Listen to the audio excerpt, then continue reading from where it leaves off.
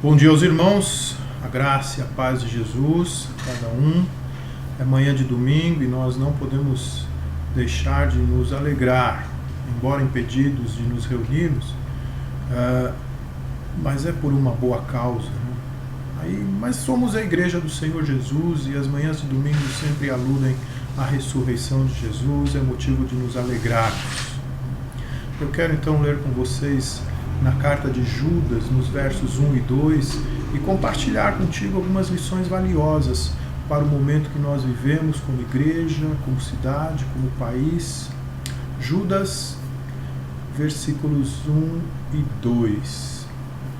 Judas, servo de Jesus Cristo e irmão de Tiago, aos chamados amados em Deus e guardados em Jesus Cristo.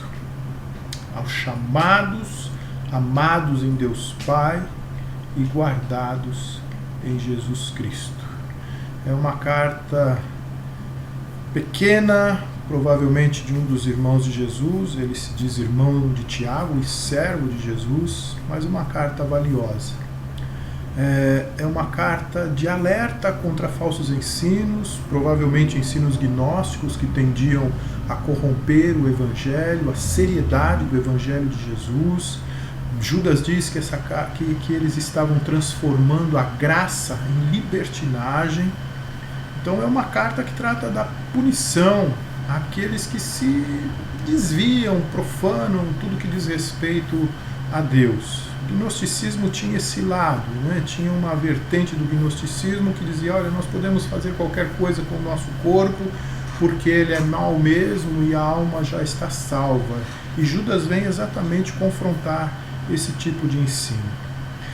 Mas a saudação de Judas, embora não especifique quem são os seus endereçados, ele escreve aos cristãos. Ele escreve uma carta católica, uma carta geral, para aqueles que se identificaram com Jesus, para aqueles que aceitaram Jesus como o seu único e suficiente Salvador.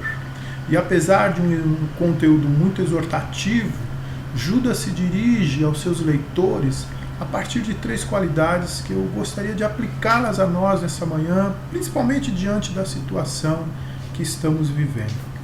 Judas se dirige a nós, seus leitores, primeiramente como chamados, aqueles que são chamados por Cristo para uma vocação santa, como Paulo se refere escrevendo a Timóteo, né? Um chamado que é segundo a graça de Deus e não segundo algum mérito nosso, um chamado que vem pelo confronto com as boas novas, com o Evangelho de Jesus, e uma vez aceito, somos assim titulados, os chamados de Deus. Agora nós temos uma responsabilidade de atender bem esse chamado, de atender esse chamado à altura que ele exige, pois é um chamado para a salvação. E Judas diz, não com a libertinagem dos gnósticos, mas com a seriedade com a qual Cristo nos conclama, nos chama para o seu reino. Ele também nos chama de amados, meus irmãos, amados em Deus Pai. O trabalho de Jesus e todo o resultado é a expressão do amor de Deus. Judas nos chama de amados em Deus. Essa expressão no idioma grego tem um significado de separados, de santificados. Olha, vocês são amados, então vocês são separados, vocês são santificados para uma causa. Santificado significa fazer santo para uma determinada causa. E Deus tem separado aqueles a quem Ele ama, aqueles que aceitam o seu chamado em Cristo Jesus. Então somos preservados em Cristo. O significado dessa palavra é guardados. Vocês não serão perdidos, não serão prejudicados, vocês estarão sempre comigo. Como Jesus assegurou aos seus discípulos que nenhum deles seria tirado de suas mãos. Lá em João 10 ele diz assim, as minhas ovelhas ouvem a minha voz e ninguém as arrebatará das minhas mãos. E da mão do Pai ninguém pode arrebatar. O que nos cabe aqui, meus irmãos, é a fé. A vivência desses títulos, os quais Judas nos atribui, é pela fé perseverante e diligente. Ele nos chama a sermos diligentes na preservação da nossa fé.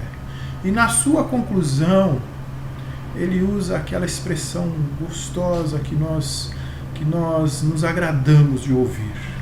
Vós, porém, amados, exerçam a fé para que façam jus a esses títulos, chamados, amados e preservados. E Judas vai construindo a sua exortação a nós, dizendo assim: lembrem-se das palavras que foram ditas pelos apóstolos, edifiquem-se na santíssima fé, orem no Espírito, guardem-se no amor de Deus. Expressão bonita, guardem-se no amor de Deus. Ele está apelando à nossa fidelidade.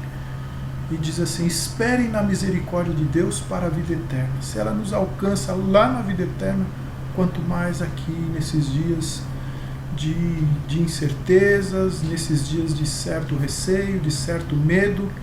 Mas lembre-se que nós estamos num treinamento e que Deus quer que nós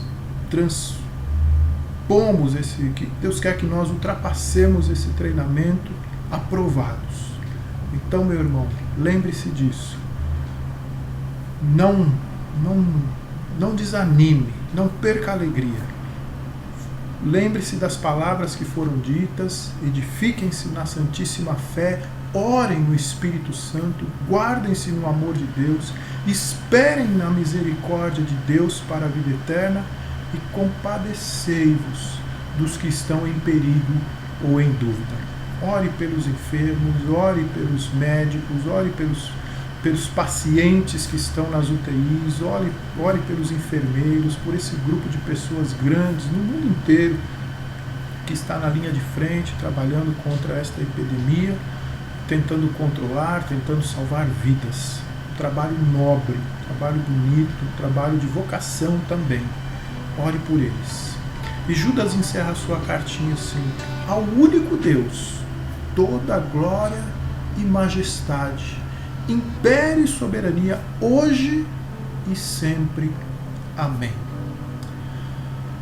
Que Deus abençoe o seu domingo, te dê um dia de alegria, um dia de paz, um dia de profunda comunhão com o Senhor, um dia de treinamento, e que no final dele nós saiamos alegres, felizes, certos de que fomos aprovados. Eu quero orar com você e quero lembrá-los de que nós estamos na nossa campanha de missões. Não deixe de orar pelos missionários, não deixe de separar a sua oferta. Se você quiser trazê-la aqui hoje, a igreja está aberta, o gasofilaço está lá no seu lugar, você fique à vontade. Se porventura entender que não é bom sair de casa, que você, então fique tranquilo, faça no momento oportuno, ok? Vamos orar uns pelos outros e vamos orar, meus irmãos, principalmente para que Deus abrevie esse tempo de reclusão, esse tempo de estarmos longe uns dos outros. Aproveite bem esse tempo, aproveite bem, faça dele um tempo de solitude, ok?